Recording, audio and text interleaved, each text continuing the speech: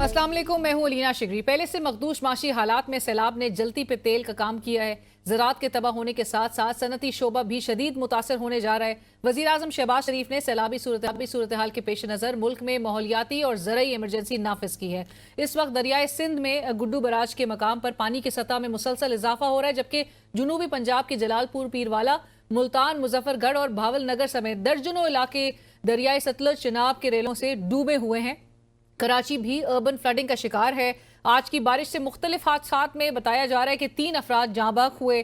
जिस Malir express way का जनवरी में बिलावल भुट्टो जरदारी साहब ने इफ्तिताह किया था, उसका एक हिस्सा सिर्फ 8 माह में ही रेले से बह गया। वजीर आला सिंध मुराद अली शाह साहब का कहना है कि मलीर एक्सप्रेस बिल्कुल ठीक है, जो हिस्सा मुतासर हुआ वो जेर तामीर था। आपको बताएं, आज काबीना इजलास में वजीर आजम ने नाम लिए बगैर सियासी मुखालफिन को निशाना बनाते हुए कहा कि कुछ लोग इदारों की तज़हीक कर रहे हैं। प्रोपेगेंडा करने वाले फितने का मुकम्मल खात्मा करना हमारा अवलीन फ़र्ज है। इसी ज़मीन में वजारत इत्तलात और नशरियात की जानिब से कौमी कमेटी बराए तश्कील बयानिया और जिसकी आगे एक ज़ेली कमेटी कौमी पैगाम अमन कमेटी बनाई गई है। कमेटी में हुकूमती एहलकारों समेत उलमा को शामिल किया गया है और नोटिफिकेशन के मुताबिक कमेटी इंतहा पसंदी, इंसदाद दहशतगर्दी और फिरका वारियत के खात्मे के लिए मुत्तफिका बयानिया मुरतब करेगी।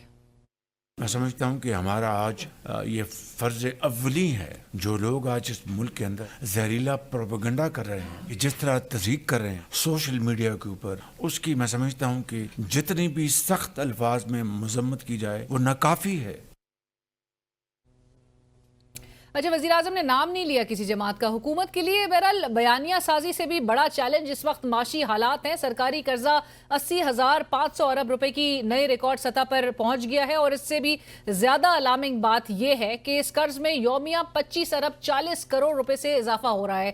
स्टेट बैंक ऑफ पाकिस्तान के आदाद शुमार के मुताबिक पाकिस्तान के कर्ज में पिछले साल के मुकाबले में 13% इजाफा हुआ, जिसके बाद मजमूई कर्जा 9,400 अरब रुपए हो गया, जो कि कुल GDP के 82% के बराबर है। अंदरूनी कर्ज 16% इजाफे के साथ 4,700 अरब से बढ़कर 5,500 अरब रुपए और बैरूनी कर्ज 2,200 अरब रुपए से बढ़कर 2,400 अरब रुपए हो गया है। IMF का कर्ज 13% इजाफे के साथ 2,630 अरब रुपए है।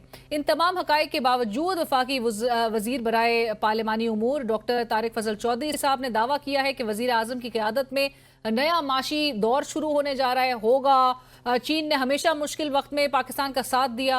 CPEC मंसूबों को दोबारा तेजी से आगे बढ़ाया जाएगा। इसने हर मुश्किल दौर में हमारा साथ दिया। कॉरिडोर जो है CPEC, अब चाइना पूरी तरह पूरी मुस्तैदी के साथ, पूरी क्लैरिटी के साथ पाकिस्तान के साथ दोबारा खड़े हो रहे हैं और प्राइम मिनिस्टर शहबाज शरीफ साहब की सरबराही में इस सफर को दोबारा एक नए अज़म, नए हौसले के साथ शुरू करेंगे। और नाज़रीन, दूसरी जानिब सियासी सैलाब भी थमने का नाम नहीं ले रहा। अलीमा खान साहिबा ने अडियाला जेल के बाहर साबिक वज़ीर आज़म इमरान खान साहब का पैगाम रिले करते हुए कहा कि तहरीक इंसाफ व सेनेट की कमेटियों से इस्तीफ़ा दे, उसके बाद वो अहम ऐलान करेंगे। अब मैं कह रहा हूँ, सेनेट की कमेटियों को अब आप छोड़ दें। सारे सेनेटर्स जिन भी कमेटियों में बैठे हैं, सारी कमेटियों से रिजाइन करते हैं। ये आज की उनकी इंस्ट्रक्शंस आ गई हैं कमेटियों के लिए, और उन्होंने ये भी कहा है कि थोड़े दिनों के बाद मैं अगला प्लान ऑफ एक्शन दूंगा। साबिक वज़ीर आज़म इमरान खान की वज़ीर आला खैबर पख्तूनख्वा अली अमीन गंडापुर साहब को अफगानिस्तान जाने की हिदायत के हवाले से एक नया इंकशाफ सामने आया है। वज़ीर आला खैबर पख्तूनख्वा अली अमीन गंडापुर साहब का कहना है कि 9 मई से अब तक उनका पासपोर्ट ब्लॉक्ड है। पासपोर्ट बनवाने के लिए अप्लाई किया, लेकिन अभी तक वो बना नहीं है। अफगानिस्तान वो बगैर पासपोर्ट के भी जा सकते हैं। सीनियर रहनुमा पाकिस्तान पीपल्स पार्टी कासिम गिलानी साहब भी हमें ज्वाइन कर रहे हैं पैनल में, और हमारे साथ मौजूद होंगे bureau chief ABN news Lahore Umar Daraz Gondal. आप दोनों का बहुत शुक्रिया। उमर दराज साहब जो कि वहां पर मौजूद हैं, उमर बताइएगा, इस वक्त आप चूंकि जलालपुर पीरवाला में मौजूद है, वहां वज़ीर आला पंजाब मरियम नवाज साहिबा का आज दौरा भी वहां का हुआ, लोगों की उन्होंने दाद रसी भी की। इस वक्त तबाही का जो क्वांटम है, स्केल है, वो क्या देख रहे हैं आप? अलीना साहबा बहुत शुक्रिया। मैं जिस जगह पे मौजूद हूं, मेरे बिल्कुल सामने जलालपुर पीरवाला का वो आर्जी बंद है जो लोगों ने अपनी मददाब के तहत बनाया, और उससे खदशा यह था कि शहर डूब जाएगा। इससे हट के लोग अपने घरों के सामने मट्टी और कागज की दीवारें खड़ी कर रहे हैं कि हमारे घरों में पानी दाखिल ना हो। सूरत हाल यह है कि यहां से मुझे आज एक बस्ती में जाने के लिए मैंने कोई 3 घंटे आगे एक जगह पहुंचा जहां एक फ्लाई तंजीम के साथ खाना तकसीम करना था। मैं आपको ये बताऊं कि यहां से आगे यानी जलालपुर पीरवाला को छोड़ के जो आगे बस्तियां हैं, बस्ती ईरान की बात कर लें, बेला खान की बात कर लें, बस्ती संधेला की, नाम लेते जाएं, वहां पे एक ऐसी तबाही है जिसको आंखों के साथ देख के आप रिपोर्ट नहीं कर सकते। वहां पे लोग फंसे हुए हैं एज ऑफ दिस मोमेंट, सैकड़ों नहीं हजारों की तादाद में लोग हैं, उनके जानवर हैं, मवेशी उनके साथ हैं, छोटे छोटे बच्चे उनके साथ हैं, और वो बिल्कुल उन जगहों को खाली करने के लिए तैयार भी दिखाई नहीं दे रहे। और दूसरी सच्ची बात तो यह है कि उन तक सब तक एक्सेस भी नहीं हो पा रही। आज मेरे सामने यहां पर रेस्क्यू 1122 की कश्तियां आई, अल खिदमत वालों की आई, दीगर फलाही इदारों की आई। अगर यहां से इस बंद से आपने आखिरी पॉइंट तक जाना है तो कम से कम 4 साढ़े 4 घंटे या 3.5 से 4.5 घंटे लगते हैं। इसका मतलब है कि कश्ती जब यहां से निकलती है उसको वापस आते हुए 4 साढ़े 4 घंटे वो ऑक्यूपाई हो जाती है। तो अब यहां पे इतनी कश्तियां नहीं है और सूरत हाल ये है। आज हमारी खबर के ऊपर सीएम साहब ने आपसे थोड़ी देर पहले नोटिस भी लिया। अलीना साहब अब हैरान होंगी, 2-2.5 लाख रुपया उन लोगों से जिनके मवेशी बह गए, जिनका माली नुकसान हुआ, जिनके जानी नुकसान अभी रिपोर्ट भी नहीं हुए, उनसे 2.5 लाख प्राइवेट जो यहां कश्तियां हैं वो ले रही हैं लोगों को इवैक्यूएट करने के लिए। और उसके बाद अब गवर्नमेंट कह रही है जी हम उनको खुद रेगुलेट करेंगे, हम खुद पैसे उनके अदा करेंगे। मेरी आंखों के सामने आज 3 लोग थे, वो आ रहे थे, गर्दन तक वो डूबे हुए थे। 2 खवातीन थी, एक मर्द था। उनमें से एक को हमने, क्योंकि वो खाना बांटने वाली कश्ती थी, वो रेस्क्यू वाली नहीं थी, उसमें एक खातून को रेस्क्यू किया, बाकी उस दूसरी खातून को और मर्द को कहा कि आप आ जाए। उनका हमने नहीं आना, और मेरी आंखों के सामने उनके जानवर उस रेले के अंदर आगे बह गए। जब वापस आए तो रास्ते में कम से कम मुझे वो दोनों मर्दों खवातीन नजर नहीं आए। तो फिर लोगों से जब आगे बात की जाके मैंने उनसे कहा कि आप क्यों नहीं यहां से जा रहे, तो उनका हमारे जानवर पहले जो है इवैक्यूएट करें, उसके बाद हम निकलेंगे। और रही बात कि बाकी चीजों को लेकर, ये वो जगह है कि यहां पर सतलज का, चनाब का, रावी का एक जगह के ऊपर पानी इकट्ठा हो जाता है। यानी आपको जब पानी शुरू हुआ चनाब का या रावी का, तो आपको आइडिया था इस पानी के रैले ने आगे जाना है और इन इलाकों को हिट करेगा। वो इतने हजारों लाखों क्यूसेक के अंदर था, लेकिन आपने इन इलाकों को खाली नहीं करवाया, जिसकी वजह से हुआ क्या, वो सारी की सारी बस्तियों में लोग वहां पे फंस गए। और अब जब इतनी बड़ी आफत यहां पे वो बन गई है कि इनकी कैपेसिटी से, गवर्नमेंट की कैपेसिटी से ज्यादा है। दूसरी बात जो आपने इंट्रो में बात की, वो लोग शिकवा कर रहे हैं। यहां पे आज मैं आपको एक वाकया सिर्फ एक रिपोर्ट करता हूं, आप उससे इंटेंसिटी का अंदाजा लगा लीजिएगा। एक खातून आई, उसके हाथ में कुरान पाक था, मैंने उस वीडियो को रिपोर्ट किया। उसने मेरे सामने कहा मेरी बात नहीं सुनते, इस कुरान पाक का वास्ता है, मेरे बच्चों को वहां से निकालो। यहां लोग पांव पकड़ रहे हैं, लोग तरले मिन्नतें कर रहे हैं कि हमारे बच्चे दरख्तों के ऊपर चढ़े हुए हैं, छतों के ऊपर हैं, हमारी इमारतें गिर जाएंगी, इतने दिन हो गए हैं, छोटे बच्चे हैं, वो दूध पीते हैं। इंतहाई अलार्मिंग इस वक्त सिचुएशन है। कासिम गिलानी साहब, आप सुन रहे थे, उमर दराज वहां पर इस वक्त मौजूद हैं, हजारों की तादाद में लोग अभी भी इवैक्यूएट उनको ना तो किया जा सक रहा है और ना ही वो करना भी, अपने जगह छोड़ने भी चाह रहे हैं। एक्सेस भी जिस तरह उमर कह रहे हैं कि काफी मुश्किल नजर आ रहा है। 3-3, 4-4 घंटे जो है वो उनको इवैक्यूएशन में एक उस ट्रिप का लग रहा है, उसमें पैसे भी ज्यादा निजी जो किश्ती वाले हैं वो इस वक्त चार्ज कर रहे हैं। इस पूरी सूरत हाल में एक चीज जो बहुत प्रोमिनेंट हो रही है गिलानी साहब, वो ये थी कि 3 दिन से सुन रहे थे, अलर्ट्स जारी किए जा रहे थे, लोगों को बाकायदा तौर पे कहा जा रहा था कि जी सामान पैक कर दे, बंद तोड़ने लगे हैं। ये बंद नहीं तोड़ने के पीछे क्या लॉजिक है, जरा समझाइएगा। क्या कोई सियासत है और इस फैसला साजी से, इस फैसले से आप खुश हैं? इसी वजह से आज मैडम चीफ मिनिस्टर भी वहां पहुंची हैं, लेकिन मैं आपको मुल्तान सदर तहसील की बात करूंगा, जिसके 61 मौजे जो हैं वो दरिया बुर्द हैं, इस टाइम कंप्लीटली फ्लडेड हैं। और हमारे जो 2 ब्रीचिंग पॉइंट हैं, एक हेड मोहम्मद वाला ब्रिज जिसकी जो लिमिट थी वो 417 फीट रखी थी, लेकिन पानी जो है वो ब्रीचिंग पॉइंट तक नहीं गया। जो हमारा सेकंड ब्रीचिंग पॉइंट है शेरशाह का, जिसकी लिमिट 393 फीट है, वो ब्रीचिंग पॉइंट जो था वो क्रॉस कर गया पानी। तो इसीलिए 2 दिन पहले इंतजामिया ने हमसे भी राब्ता किया, उन्होंने ऐलानात भी करवाए। जो 7 मौजे जो लाइकली अफेक्टेड होने थे, जिसमें मौजा हमर था, जिसमें गागर था, कचूर था, कच्चा बोच, पक्का बोच, जमहोर, मिर्जापुर, ये सब इलाके हमने खाली करवा लिए गए। और इस उम्मीद के साथ कि इंतजामिया और जो टेक्निकल कमेटी है उसने ये फैसला कर लिया कि हम इस बंद को ब्रीच करेंगे। लेकिन हम कल सारा दिन इंतजार करते रहे। बताया ये गया कि क्योंकि ट्रेन का ट्रैक उसके ऊपर है, वहां पे ट्रेनों की आमदोरफ्त होनी है, तो ट्रेन जब गुजरेंगी तो तब ये बंद ब्रीच किया जाएगा। लेकिन कल सारा दिन इंतजार करने के बावजूद बंद ब्रीच नहीं हुआ, और आज सुबह जब रिपोर्ट मंगवाई तो हमें बताया गया इंतजामिया की तरफ से कि पानी जो है वो पीछे से भी डाउन होना शुरू हो गया है, और हेड मोहम्मद वाला ब्रिज और शेरशाह ब्रिज भी अब पानी की सतह नीचे जाना शुरू हो गई है। लेकिन इसमें जो बुरी खबर है वो ये है कि जब पानी नीचे जा रहा है, वो अपने पीछे जो 70 किलोमीटर जो आप झोंक वैंस जो कि स्टार्टिंग पॉइंट है मुल्तान का, वहां से लेके शेरशाह का जो बंद है उसकी जो डिस्टेंस है दैट इज 70 किलोमीटर्स। वो 70 किलोमीटर अब दरिया जो है वो कटाव करता जा रहा है, और हमारे बंद के ऊपर बहुत प्रेशर है। शेरशाह के बंद के ऊपर प्रेशर है, अकबर बंद पे बहुत प्रेशर है, और इसी तरह पीछे जितनी बस्तियां हैं उनमें तबाही का जो क्वांटम है वो इस टाइम उसका अंदाजा भी लगाना मुश्किल है। पानी डाउन होगा तो उसके बाद ही हम अपने नेक्स्ट फेज पे पहुंचेंगे कि हम नुकसानों के जो एस्टिमेट्स हैं वहां तक बात जाएगी। लेकिन आपकी बात दुरुस्त है कि जो ब्रीचिंग का जो फैसला है वो एक टेक्निकल कमेटी ने करना है, जिसमें 2 डीसीज मुजफ्फरगढ़ और मुल्तान के और एक्सीएन जो कि इरिगेशन डिपार्टमेंट के हैं, उनका ये फैसला है। और अब हमारे से लोग ये सवाल कर रहे हैं कि ये ब्रीच क्यों नहीं हुआ, और अगर ये टाइमली ब्रीच कर दिया जाता तो हालात जो हैं इस वो किस्म की काफी नुकसानात काफी कम हो सकते थे। कम हो सकते थे, एब्सोल्युटली। उमर साहब, जो अभी गिलानी साहब भी कह रहे हैं, और उन्होंने कहा कि सरकारी सतह पे जो 108 के करीब जो है वो मजीद बोट्स जो है वो ऐड की गई हैं। आपको लग रहा है कि ये रेस्क्यू का जो अमल है वो कल परसों में अगले 2 से 3 रोज में इसमें थोड़ी कोई ना कोई जो है वो ईज आती हुई दिखाई देगी, या आपको लग रहा है कि सूरत हाल जो है वो मजीद एक शदीद इख्तियार बन सकती है?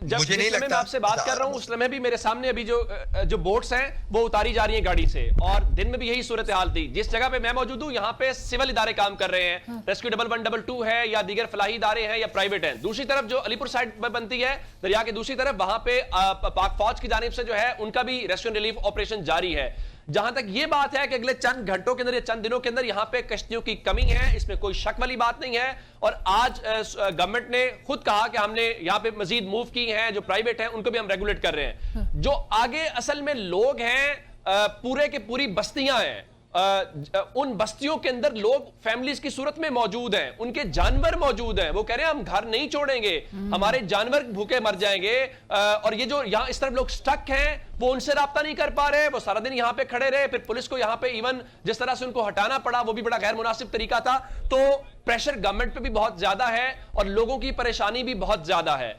एक मिसमैनेजमेंट हुई है, गवर्नमेंट को मान लेना चाहिए कि आपको ऑलरेडी इस पूरी चीज का अंदाजा था कि वहां से जो सूरत हाल आ रही है, अगर इतना ज्यादा पानी है तो उसने आगे जाना है। एक ऐसा पॉइंट आना है जहां पे रावी सुतले चराब इन सब ने मिलना है। आपने उस लिहाज से अरेंजमेंट नहीं किए, अब आप रिएक्शन दे रहे हैं। जब आप रिएक्शन दे रहे हैं तो फिर ये प्रॉब्लम आएगी। जी बिल्कुल। मैं गोंदल साहब मैं लेके जाना चाहूंगी ये बात गिलानी साहब के लिए। गिलानी साहब, लोग सवाल कर रहे हैं how will you compensate these people? इस वक्त तो उनकी जानों की पड़ी हुई है, इनको किस तरह से रेस्क्यू करने का अमल को आगे बढ़ाया जाएगा? It has now become a human catastrophe. जो मुल्तान में जो हालात हैं ये एक इंसानी अलमिया जन्म ले चुका है। और आपके रिपोर्टर ने जो इस तरह फरमाया है कि लोगों को कैंपों में जो बसाया जा रहा है, मैं अगर आपको फिगर्स बताऊं तो यहाँ पे 400,000 से ज्यादा लोगों को एवैक्यूएट कराया गया है पूरे मुल्तान डिस्ट्रिक्ट में। उनमें उनके साथ 2,95,751 एनिमल्स हैं, और उनके चारे की यहाँ पे हमें बहुत मसाइल हैं। वनडे जिसको हम वंडा बुलाते हैं उसकी तकसीम के मसाइल हैं। लेकिन आज अगर आप के प्रोड्यूसर वो वीडियो दिखा सकें जो मैंने उनके साथ शेयर की है कि यहाँ पर दरिया के कटाव की वजह से अब जो लोगों के नुकसानात हो रहे हैं, it is heartbreak to see people's houses falling in front of them. मुझे बहुत तकलीफ हुई। जहां तक आप कंपनसेशन की बात कर रहे हैं, अभी तक हम उस कंपनसेशन की स्टेज तक पहुंचे भी नहीं मिनिस्टर ने आज ऐलान कर दिया है एग्रीकल्चर और क्लाइमेट, ये जो मौसमियाती इमरजेंसी है, इस बात को हम वेलकम करते हैं, बिकॉज आप जानती हैं कि जब तक हम इमरजेंसी इंपोज नहीं करते, हम यूनाइटेड नेशंस को भी फॉर्मली अपील नहीं कर सकते फॉर ह्यूमैनिटेरियन असिस्टेंस। और जो सेकंड अपील जाएगी मोफा की तरफ से, that would be regarding reconstruction and rehabilitation of the flood victims. मुझे ज्यादा परेशानी अब उस सेकंड स्टेज की है कि जो and I tell you, I am also on the ground, people are not happy with the Punjab government. Punjab government के पास बहुत टाइम था, 2 हफ्ते इनके पास थे लोगों को निकालने के लिए। कैंप्स में बहुत अच्छे इंतजाम कराए गए पंजाब गवर्नमेंट की तरफ से। डिस्पोजेबल जो पोर्टेबल वॉशरूम्स थे वो लगाए गए। साफ सुथरा पंजाब की टीम ने बहुत अच्छा काम किया है। यहाँ पे लाइफ स्टॉक डिपार्टमेंट ने बहुत अच्छा काम किया है। 1122 ने बहुत अच्छा काम किया है। Yet you are also admitting that they're not satisfied. Gondal साहब, फाइनल कमेंट्स, लोग मुतमईन नहीं है। इवन जो मैं जी मैं सिर्फ आपसे ये गुजारिश करना चाहता हूं कि गिलानी साहब मेरी बात को इंडोर्स कर रहे हैं। मैं आपको आज के सारे दिन की जिस जगह पे मैं मौजूद हूं, हाँ। एक जानवर मवेशी यहां से इवैक्यूएट नहीं हुआ। यहां से किसी एक जानवर को यहां से चारा नहीं पहुंचाया गया। हो सकता है बाकी जगह पहुंचाया जा रहा हो। मैं जलालपुर पीरवाला से आगे जितनी बस्तियां हैं उनकी बात कर रहा हूं। मैंने इवन पूछा लोगों से, मुझे उस जो कश्ती चलाने वाले ने कहा कि हम लोगों को बचाएं या जानवरों को बचाएं। इस वक्त लोगों को बचाना हमारे लिए सबसे टॉप प्रायोरिटी। और वो सही कह रहे थे। लेकिन मैं फिर बार कह रहा हूं कि यूं लग रहा है जैसे गवर्नमेंट की कैपेसिटी से ज्यादा सूरत हाल है। उसकी वजह क्या है कि आपने टाइमली मैनेज नहीं किया। यही गिलानी साहब भी कह रहे हैं।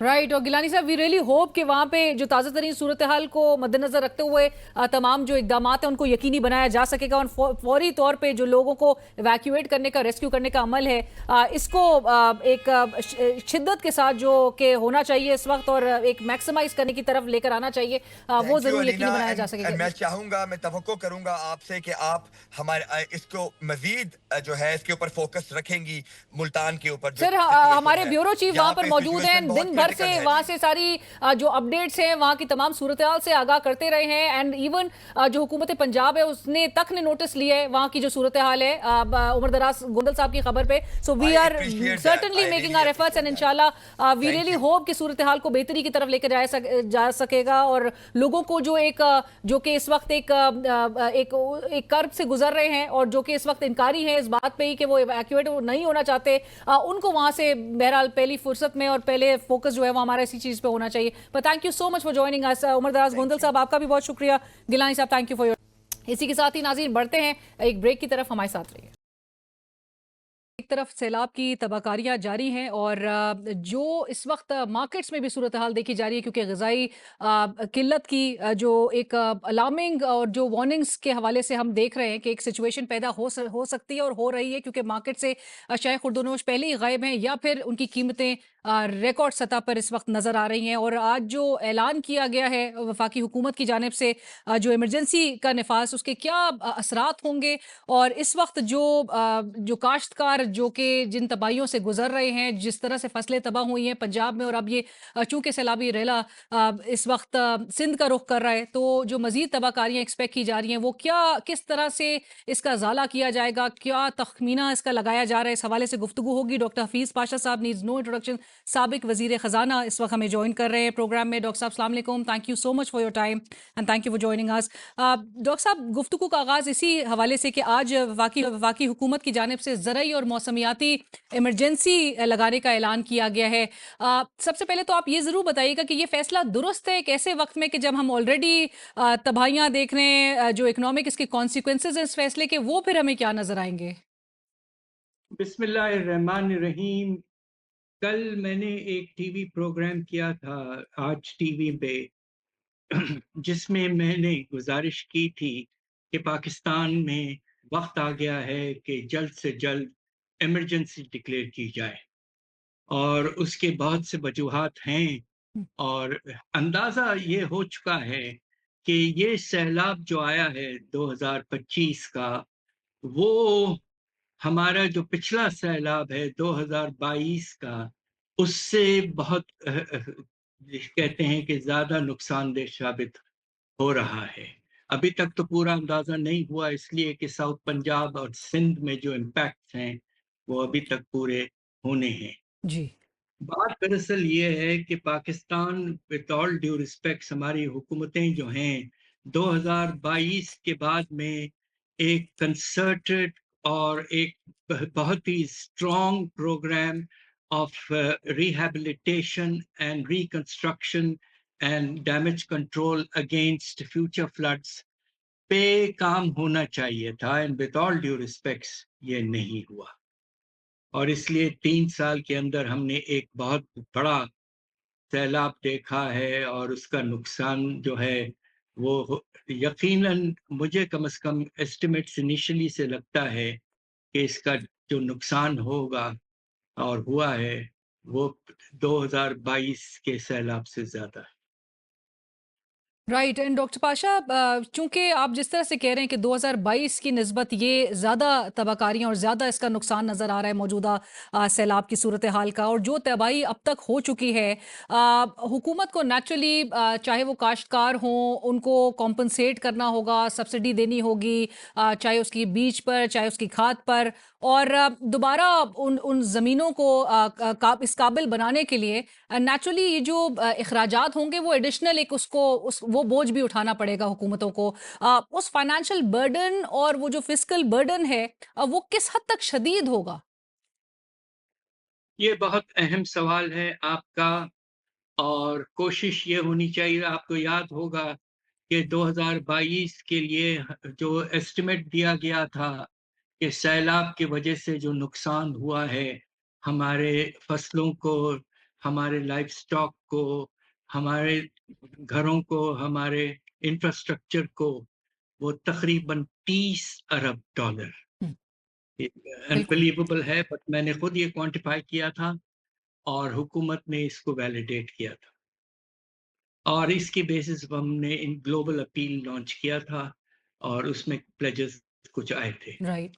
अब सवाल ये पैदा होता है कि अब हमें देखना है कि किस हद तक हमें अ, अब रिहैबिलिटेशन और रिकंस्ट्रक्शन पे रिसोर्सेज एलोकेट करने पड़ेंगे। मेरा अपना अंदाजा यह है कि 2022 में हुआ ये था कि सूबाई हुकूमतों ने बहुत रिहैबिलिटेशन और रिकंस्ट्रक्शन का काम किया है, हम्म, और जो उनके यहाँ सालाना कैश सरप्लस होता था बजटों में वो बहुत कम हो गया।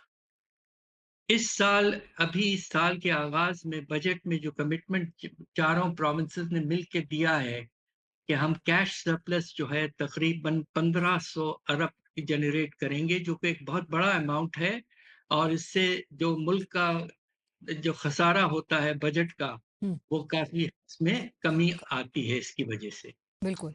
अब मेरा अपना अंदाजा ये है कि ये 1500 अरब का टारगेट को हमें बहुत कम करना पड़ेगा, और मेरे ख्याल से इसको तकरीबन आधा कर देना पड़ेगा।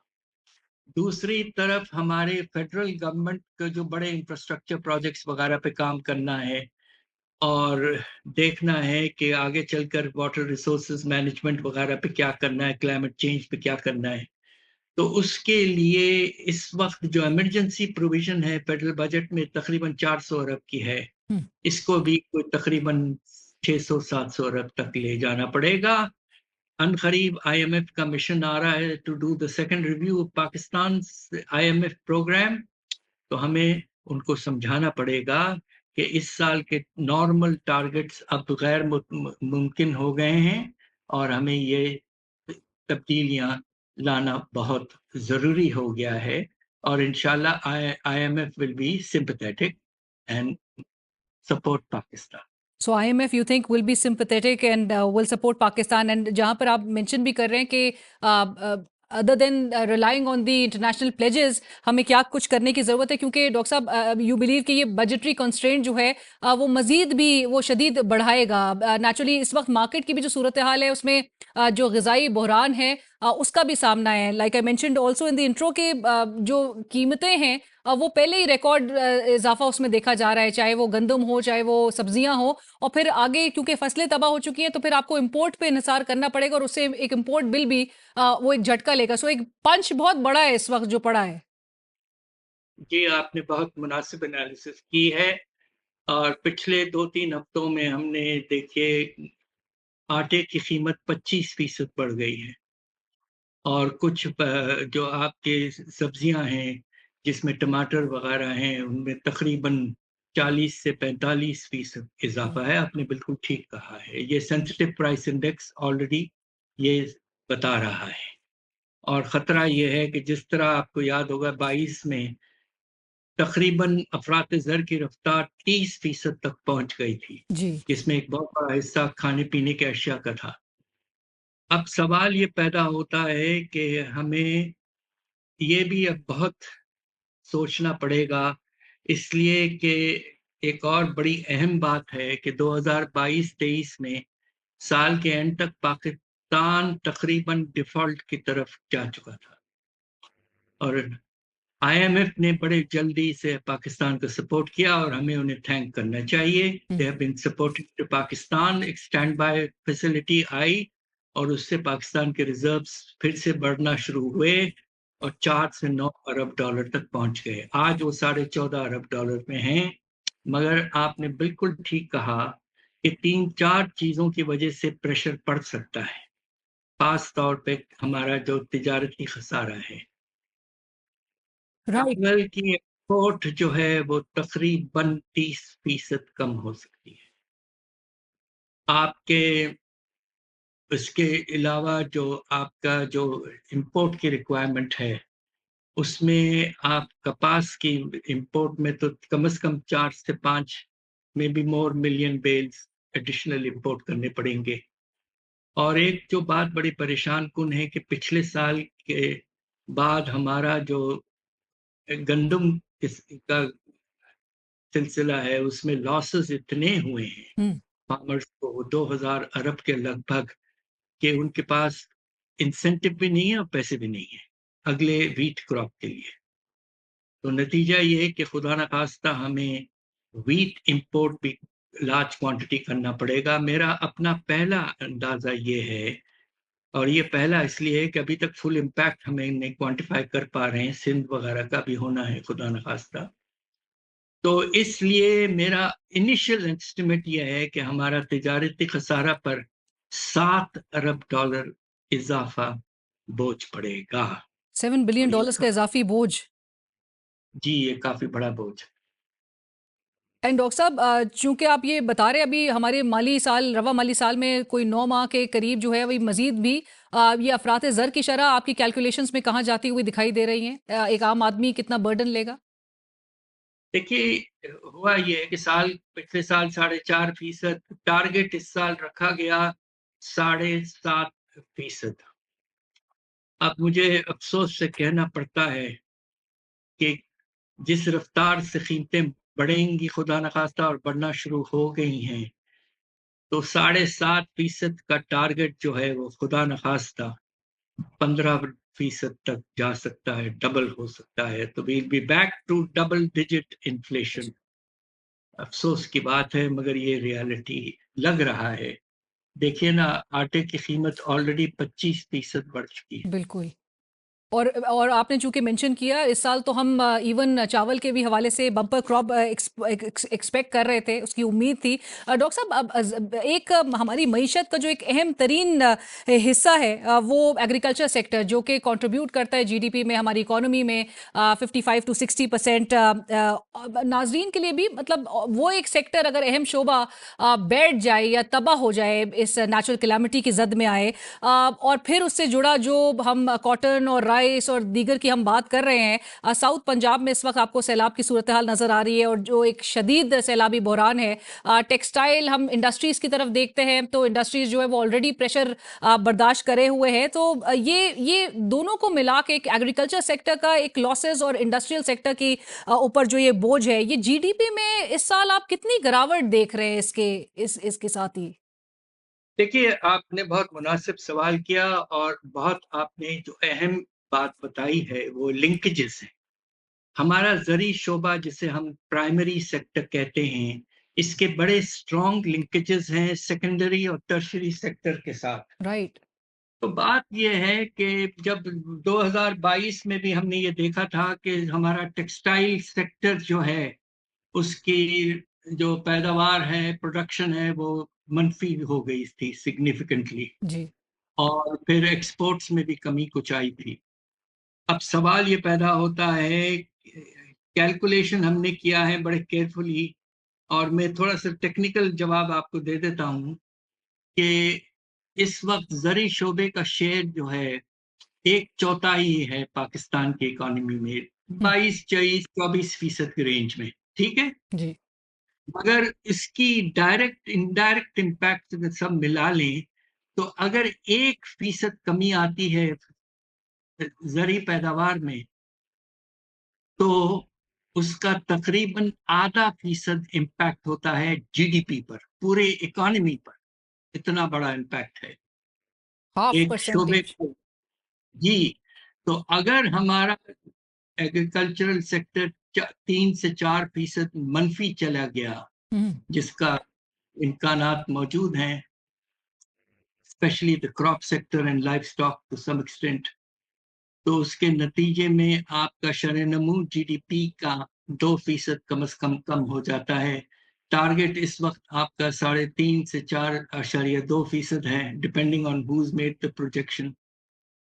मेरा अपना अंदाजा ये है कि मुश्किल से इस साल शरह-ए-नमू 1 से 1.5% से आगे गैर मुमकिन सी बात हो चुकी है।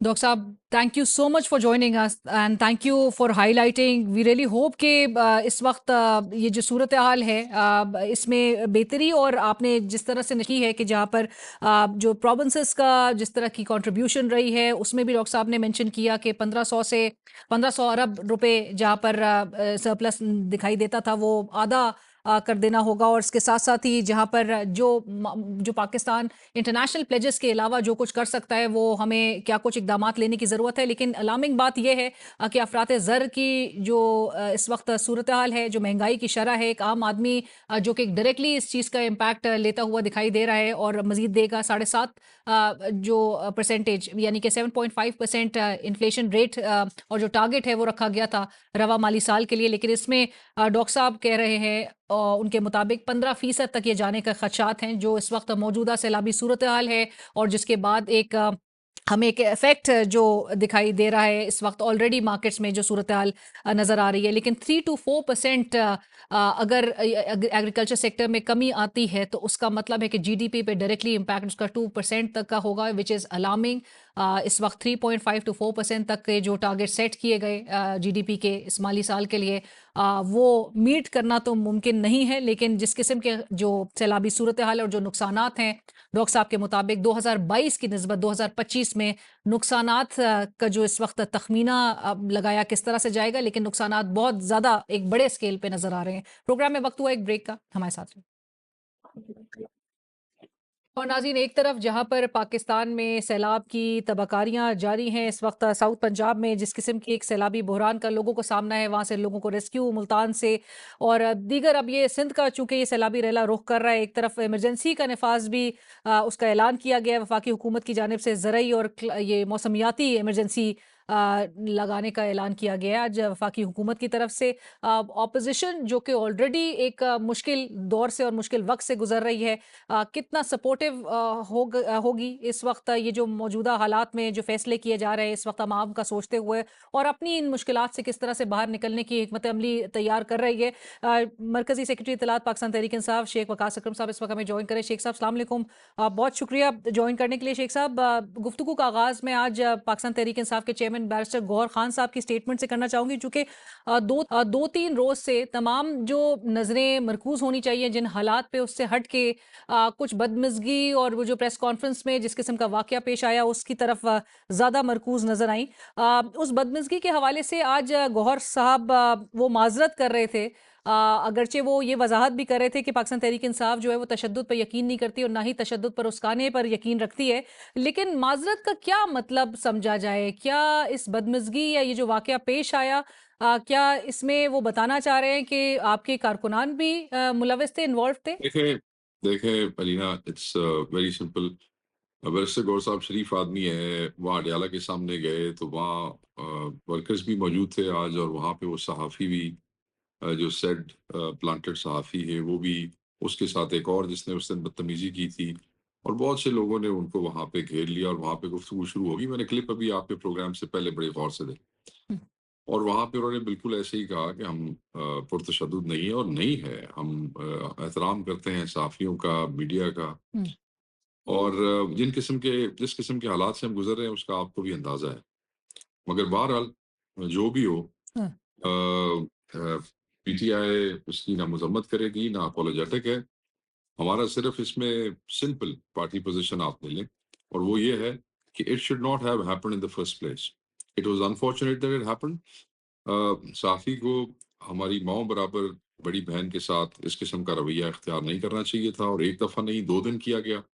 और ये वही सहाफ़ी हैं जिन्होंने इमरान खान साहब के साथ भी इसी किस्म की बेहुदा टोन में और बेहुदा अल्फाज में गुफ्तगू की थी, और फिर दोबारा उनकी देखें, उनकी बहनें क्या हैं, वो आती हैं, वो पार्टी पोजीशन होल्डर्स नहीं है, वो सिर्फ इमरान खान का पैगाम बाहर लाती हैं। मेरी अपनी माँ वहाँ खड़ी हो, अलीना मुझे आप बताएं, कोई बंदा उसके साथ तुम्हारी औकात नहीं है, ये नहीं है, इस टोन में गुफ्तगू करे तो मैं की करांगा, मैं तो गल पै जाऊंगा। सो ऑब्वियसली माओ सो शेख साहब, एक परहैप्स के एक अगर चले सुन ले, डिलिबरेट एक मिनट, डिलिबरेटली अगर प्रोवोक करने की तरफ भी एक ये किया जा रहा था इस एक तरीके से। जी एक मिनट है जी तो हाँ, वो ठीक है, आप सही कह रही हैं, ये भी हो सकता है, इसके पीछे भी प्लानिंग होती है। मगर जहाँ पे वर्कर्स जिनको इमरान खान से उस दिन मुलाकात नहीं करने दी जा रही थी, आपको पता है, वर्कर्स बहुत सारे आए हुए थे, हम्म जब इस किस्म का बेहुदा प्रवोक करने वाला रवैया एक प्लांटेड आदमी की तरफ से इस्तेमाल किया गया, तो हीट ऑफ द मोमेंट में हुआ जो हुआ, उसमें भी जो एफआईआर दी गई वो एफआईआर काबिल मजम्मत है। दहशतगर्दी की दफात उसमें। नहीं, पहले उसमें दहशतगर्दी की दफात नहीं थी। हम्म, हमारे लोग सुबह जाके खड़े हुए, जो जो अदालत सिविल कोर्ट होती है उसके अंदर, फिर अचानक पता लगा कि रात को हाथ से 780 लिख के उसमें वो दफा शामिल की गई, और वो जो हमारे 3 बंदे पकड़े थे उनको दहशतगर्दी में से ये रिमांड करके ले गए। तो ये हालात हैं, वो दहशतगर्दी हुई है वहां पर, ठीक है जी।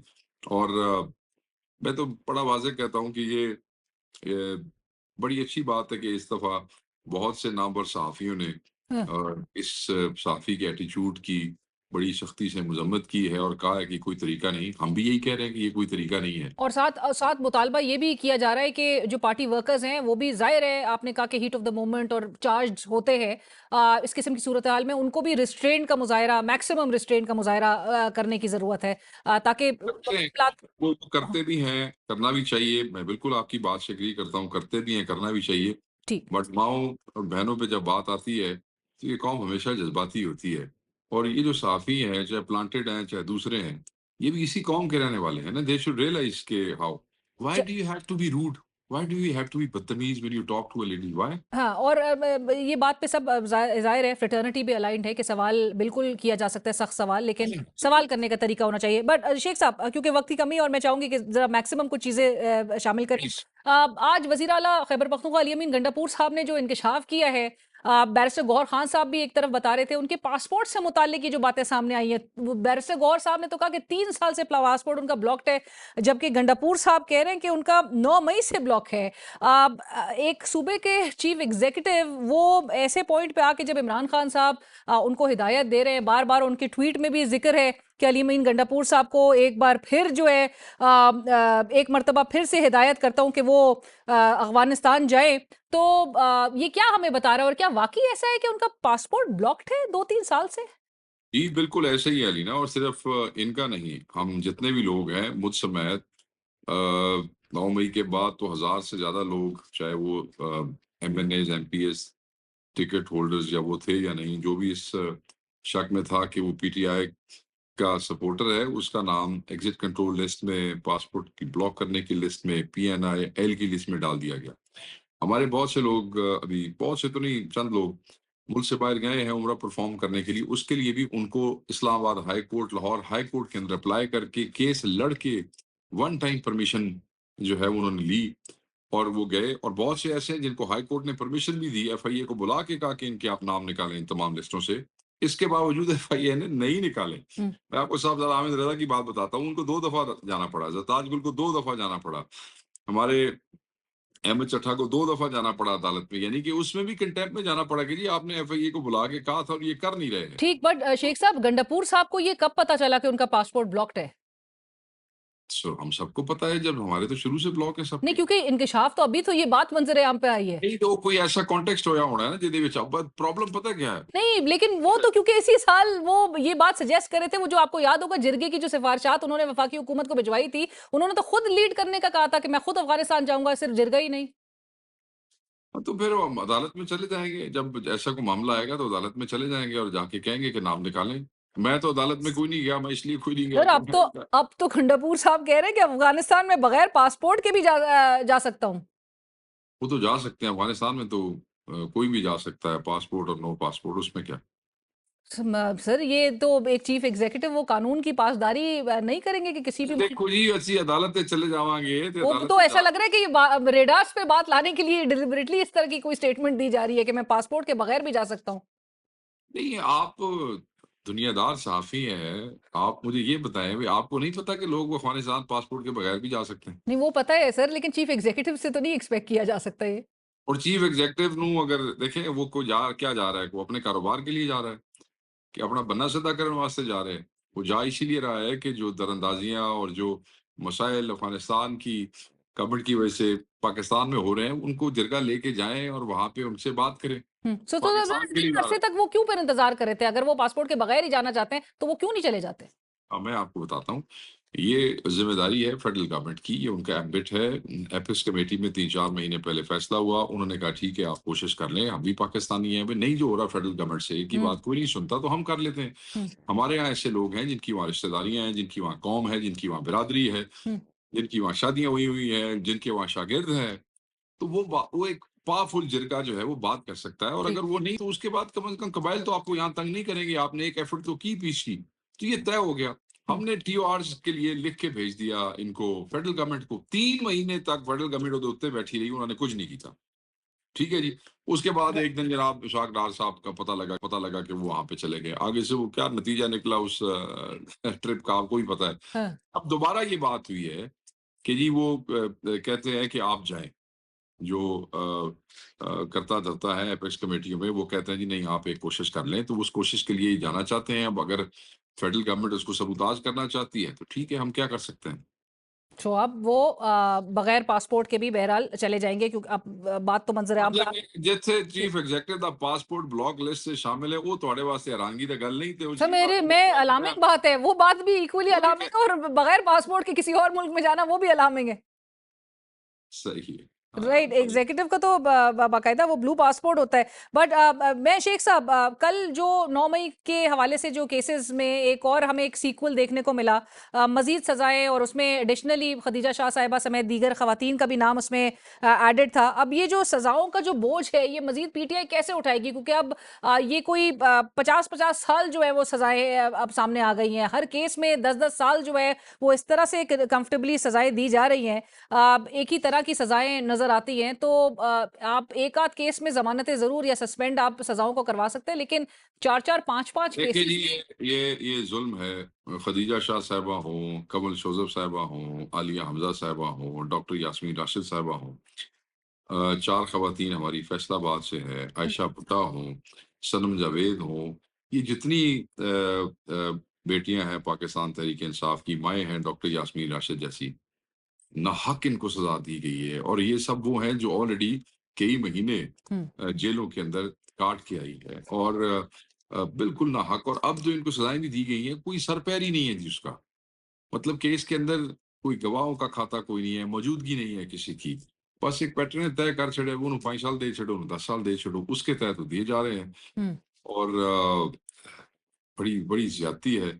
तो अब आप लोग आपको पता मजीद है ये कि कैसे हमारी बर्डन बर्दाश्त करेंगे, और इसका काउंटर क्या है शेख साहब? क्योंकि आज वजीर आजम शहबाज शरीफ साहब जब अपनी काबीना से खिताब कर रहे थे, तो आज उन्होंने फिर एक बार जोर दिया इस बात पे कि एस्टैब्लिशमेंट को जो सोशल मीडिया पर निशाना बनाया जा रहा है, एक जमात जो है वो इंतशार की सियासत कर रही है। अगरचे उन्होंने नाम नहीं लिया जमात का, लेकिन इस किस्म की उन्होंने गुफ्तगू की, and it was too obvious कि वो किसके बारे में बात कर रहे हैं। तो आप लोग को जो मुसलसल ये टैग किया जा रहा है शेख साहब, आप लोग के पास कोई काउंटर है अब कि किस तरह से इस बयानिए को काउंटर करेंगे? सर, ये बयानिया बिल्कुल झूठा बयानिया है कि हम किसी को वो कर रहे हैं। हमारे ऑफिशियल अकाउंट्स आप देख लें, अगर कोई अनऑफिशियली कहीं बैठ के कोई करता है तो ना हम उसकी जिम्मेदारी उठाते हैं, ना हमारा उससे कोई ताल्लुक है। नहीं, खान साहब के ऑफिशियल अकाउंट से आता है, वो तो जिम्मेदारी उठाते हैं आप। देखिए जी, जो खान साहब के ट्विटर अकाउंट से है वो अब आप सेक्रेटरी इन्फॉर्मेशन से ये तो वो नहीं एक्सपेक्ट करती कि मैं कहूँगा कि वो खान साहब का बयान नहीं है। खान साहब का बयान होता है, वो अंदर से आता है और वो खान साहब के ट्विटर हैंडल से चलता है। अब उसमें आप जो बाकी एक्टिविस्ट हैं या बाकी जो ऑफिशियल मीडिया की साइट्स हैं, उनको तो आप वो नहीं कर सकते। खान तो खान है, वो तो वहाँ बैठ के सबके सामने बात करता है। हुँ। उसके ऊपर आपको ट्विटर पे तकलीफ हो रही है, वो तो वहाँ जेल में बैठ के साथियों के सामने बात करते हैं और लोग सुनते हैं, वो यही बात करते हैं। हुँ। कभी उन्होंने छुप के बात की है खान साहब ने, कभी उन्होंने को अंदर ऐसे करके को ऐसे तो नहीं देते, वो तो खुल के देते हैं। हुँ। अगर ट्विटर वाले जो हैं, वो लिख देते हैं, उनके जो ऑफिशियल हैंडल वाले हैं, और जो दूसरे साफ़ी हैं वो नहीं लिखते, वो मतलब है कि वो तो वही नहीं ट्विटर हैंडल से जो कुछ आता है शेख साहब, उससे पार्टी तो डिसोसिएट नहीं कर सकती ना अपने आप को, और प्रॉब्लम उस मौक़िफ़ के हवाले से ही है। इमरान खान साहब के ट्विटर हैंडल से कोई चीज़ आती है, तो पीटीआई का कोई बंदा अपने आप को कैसे डिसोसिएट कर सकता है उससे? एग्ज़ैक्टली। सारे रीट्वीट करते हैं उसको। जो नहीं करते वो डिसोसिएट ये अभी करते हैं। तक गेज हो सका है कि कितने नहीं कर रहे हैं अभी भी? साढ़े कोल है वो बाकायदा वो जो जो लोग ये हैंडल चलाते हैं, इमरान खान साहब वाला पीटीआई ऑफिशियल वाला, जो अमेरिका में लोग हैं या मुल्क जी। से बाहर जो बैठे हैं, वो इसके उनकी जिम्मेदारी लगाई हुई है। वो हर हफ्ते या हर ट्वीट के बाद एक रिपोर्ट जनरेट करते हैं हाँ। और उसमें बताते हैं कि कौन कौन से बंदे जो हैं वो नहीं है, ताकि उनको थोड़ा-सा नेम एंड शेम किया जा सके। और उसमें बहुत से रेगुलर भी हैं जो रेगुलर ही कोई नहीं करते, और बहुत से हैं जो करते हैं। वो ठीक है, वो साढ़े कोल रिकॉर्ड है, आपे जो खान साहब बाहर आएँगे तो खान साहब विखा देंगे। राइट। पर शेख साहब, आखिर में पंजाब में, और पंजाब जिस तरह से एक बदतरीन सैलाब की गिरफ्त में नज़र आता है, और आपका अपना आबाई इलाका जंग जो है वो भी शदीद मुतासर हुआ इस सैलाब की सूरत हाल से। आज हुकूमत ने जो ज़रई और मौसमियाती इमरजेंसी लगाने का ऐलान किया है, आप इस फैसले को सपोर्ट करते हैं और आपकी जमात? देखें, वो क्या कहते हैं कि अब तो जो पंजाब के जो पिछले इलाके हैं ना जी, साउथ के अलावा, साउथ में तो बारिशें हो रही हैं और वो स्पेल जो है वो दोबारा भी आ रहा है और पानी वहाँ पे बढ़ रहा है। मेरी इत्तलात तो ये है। जी, जी। इससे पीछे बहुत से इलाके जो हैं उनमें को पानी कुछ थोड़ा-सा कम हुआ है, मगर वहाँ पे कीचड़, वबाई अमराज़, घर गिर गए, मवेशी सब खत्म हो चुका है। हुँ। हम तो ये कहते हैं कि ये जो नए-नए नाम और नई-नई टर्म्स इजाद करते हैं, ये ड्रामेबाज़ी बंद करें। इन इलाकों को आफ़त ज़दा करार दें, इनका मालिया, इनका आबियानिया, इनके ज़रिए टैक्सेस माफ़ करें, इनके बिजली के 3 महीने के बिल माफ़ करें, जानवरों के वंडे के लिए इनको पैसे दें, इनको बीज, इनको खाद के लिए पैसे दें, इनको दवाइयों के लिए देखें। खैबर पख्तूनख्वा के अंदर तहरीक-ए-इंसाफ की हुकूमत ने गिरने वाले घरों को पैसे दिए, पार्शली तबाह होने वाले घरों को पैसे दिए, मरने वालों को, शहीद होने वालों को पैसे दिए, ज़ख्मी होने वालों को पैसे दिए, ये भी दें। हम इनसे हुँ। कल मैंने प्रेस कॉन्फ्रेंस में सीधी डिमांड की है, ड्रामे ना करो। लोगों को हेल्प करो। 2 पैसे यहाँ पे तो 7-8 अरब रुपया डिसबर्स हो चुका है। तुम लोगों ने कितने पैसे डिसबर्स किए हैं? ये कोई तरीका है कि मुकामी पंजाब में डीसी जो है, वो मिलों वालों को, कारोबार वालों को उनसे देगे पकवाएँ और उसके बाद बिल चार्ज करें सूबाई हुकूमत को? तमाशा लगाया हुआ उन्होंने पूरे पंजाब के अंदर। हाँ। इतने वो अरबों रुपए, ये करें ना रिलीज़। आपको खैबर पख्तूनख्वा में जो हुकूमत है तहरीक-ए-इंसाफ की, तहरीक-ए-इंसाफ वाले तो बता रहे हैं कि इस ज़िले में इतने पैसे लगे हैं, इतने रिलीज़ हो गए, इतनी चीज़ें, आपका डीसी भी आपको अकाउंटेबल है। पंजाब वालों से आप साफ ही पूछे ना केड़े जिले कितने पैसे लाए ने, तो आवाम चीख उठेगी। कश्तियां कोई नहीं। अच्छा, और आज तो इंकशाफ हुआ है, 2-2 लाख रुपए लिए जा रहे हैं कश्ती किसको दो, किसको कश्तियों में जो लोगों को रेस्क्यू करने के लिहाज से। तो मैं मजे की बात बताऊं, 1122 के रेस्क्यू वाले जिन इलाकों में कश्तियां हैं भी यही जाके तो उत्थे पिंड वाले तो मंगन लग जाते में डीजल के पैसे दो कि साढ़े को कश्ती है तो डीजल कोई नहीं है, सरकार देंदी नहीं जे। वही जो पुलिस वाले काम करते हैं ना भाई, वो एसएचओ आ जाता है हर रोज शाम को किसी तकड़े आदमी के पास, कहते हो पेट्रोल मेरी गड्डी है, पेट्रोल कोई नहीं, मेरी गड्डी है, टायर चेंज करा दो। रेस्क्यू वाले मुख्तलिफ जिलों से ये शिकायत आई हैं, डीजल पेट्रोल मांगते हैं कश्ती चलाने के लिए उनसे जो ऑलरेडी मरे पड़े हैं। ये तो तरीकेकार ने बनाया हुआ है। आप खुद देखें ना, सिर्फ बंद के करीब करीब जाके तस्वीरें बनवा के, वो भाई अंदर आबादियों के अंदर क्यों नहीं गए तुम लोग?